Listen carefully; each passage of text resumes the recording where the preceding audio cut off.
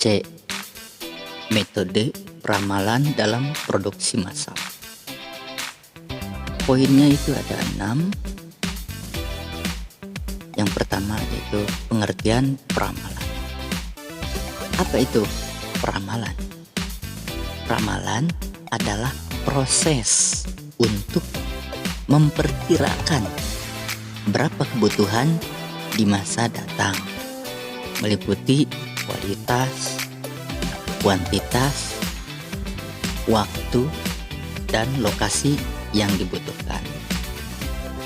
Jadi ramalan di sini yaitu perkiraan ya. Jadi memperkirakan produknya supaya berkualitas seperti apa dan memiliki kuantitas atau waktu berapa lama proses produksi tersebut, dan lokasi di mana titik lokasi tersebut yang akan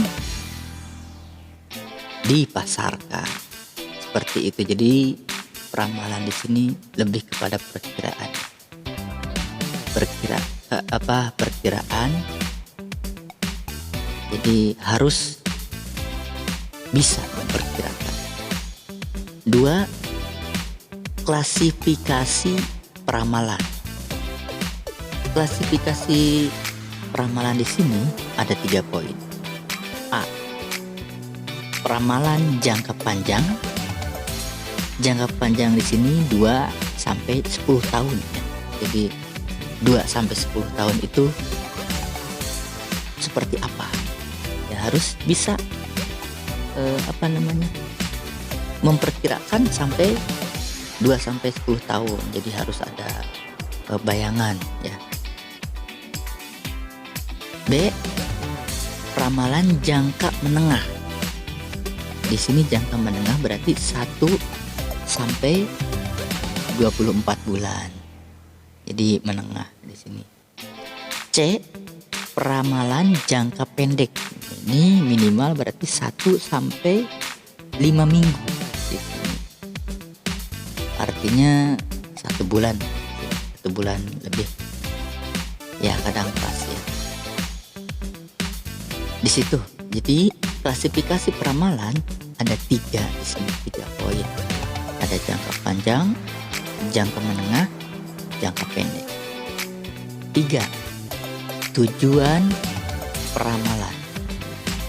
Tujuan peramalan di sini ada 3 poin juga. A. Menentukan kebutuhan pabrik. B. Menentukan perencanaan jangka menengah. C. Menentukan penjadwalan jangka pendek. Menentukan kebutuhan pabrik itu artinya tujuan peramalan kita harus bisa memperkirakan kebutuhan untuk memproses produk itu yang baik harus seperti apa ya. Harus pakai apa ya. Apakah membutuhkan mesin banyak atau tidak perlu banyak mesin, jadi perlu karyawan yang banyak dan lain sebagainya. Di sini ada menentukan perencanaan jangka menengah. Nah ini tujuannya jangka menengah tadi sudah udah tahu ya, 1 sampai 24 bulan. Nah, di sini harus ditentukan perencanaan seperti itu. Ya. Tujuannya apa? Nanti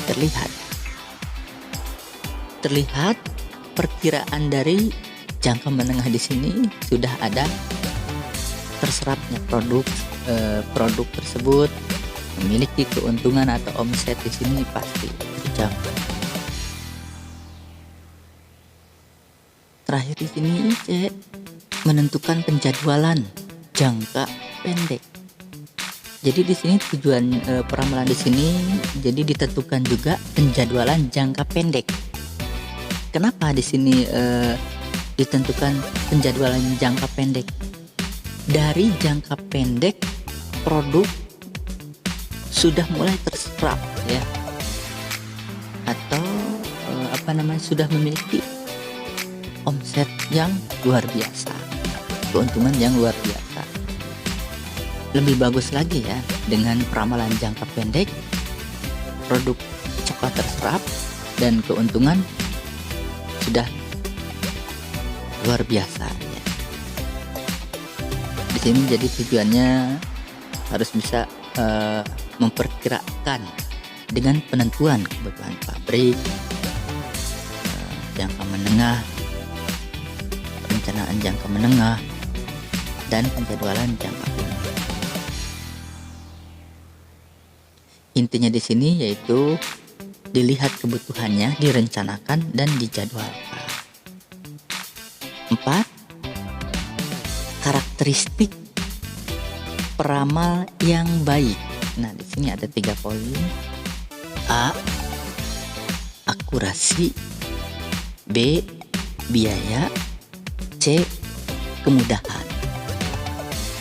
Akurasi di sini ya artinya nyambung ya. Jadi peramalan yang baik di sini tepat, perencanaan dengan pelaksanaan itu sesuai. Jadi akurasi. Biaya yang baik tersebut di sini harus diperkirakan. Modal harus kembali. Artinya break even pointnya itu dapat ya. Minimal jangka pendek kita sudah break even point. Jadi bisa juga di sirkulasi atau modal tersebut bisa, atau keuntungan tersebut bisa menjadi modal dan menjadikan sebuah perusahaan yang lebih besar lagi. C. Kemudahan. Di sini kemudahan dalam proses produksi atau dalam pemasaran, ini harus ada kemudahan. Artinya mudah untuk proses produksinya, mudah juga dipasarkan. Harus seperti apa? Di sini harus bisa terencana dan terlaksana. Memiliki karakter peramalan yang baik. 5. Metode peramalan perencanaan produksi. Di sini ada 2 poin dan berikut juga anak poin 2 poin. Metode peramalan perencanaan produksi di sini A. Peramalan subjektif dan peramalan objektif. Peramalan subjektif di sini terdapat 2 poin juga. Yang pertama yaitu metode Delphi. Yang kedua, metode penelitian pasar. Apa itu metode Delphi? Metode Delphi adalah proses yang dilakukan dalam kelompok untuk mensurvei dan mengumpulkan pendapat. Dari siapa? Dari para ahli terkait ya. Nah, misalkan kita ingin memproduksi apa, berarti kita harus menanyakan dulu kepada pakarnya ya. Jadi di sini adalah metode Delphi di sini adalah suatu metode di mana dalam proses pengambilan keputusan melibatkan beberapa pakar. Yang kedua yaitu ada metode penelitian pasar. Di sini juga kita harus meneliti pasar. Apakah misalkan di pasar tersebut apakah ada yang sama memproduksinya dengan apa yang akan kita produksi ya, diusahakan tidak sama ya. Kalau memiliki kesamaan otomatis daya saingnya kita bersaing ya gitu. Bersaing jadi pemasarannya juga atau produknya juga kurang cepat terserap dikarenakan ada saingan. B. Peramal objektif. Di sini ada dua juga, satu metode intrinsik, dua metode ekstrinsik.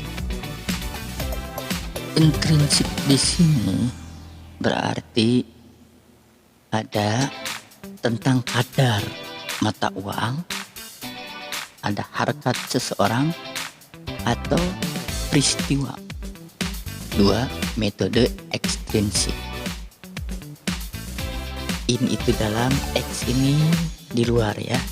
Ekstrinsik di sini berasal dari luar, tentang nilai mata uang, sifat manusia, atau nilai suatu peristiwa. Jadi intrinsik di sini berarti di dalam ya, proses produksinya atau semua di dalam perusahaan. Ekstrinsik di sini berarti di luar ya, yang sudah merupakan penilaian atau yang sudah dilakukan, baik itu dari nilai mata uang, sifat manusia, dan nilai suatu peristiwa. 6. Terakhir di sini yaitu ada analisis deret waktu. Analisis deret waktu ini merupakan suatu metode yang sangat tepat untuk meramalkan pola permintaan pasar. Analisa ini dipengaruhi oleh 4 komponen. Di antaranya A. Ada kecenderungan,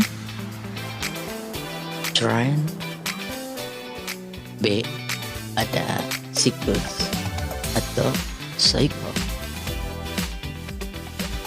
C. Ada pola musim atau season. Terakhir ada variasi acak, random.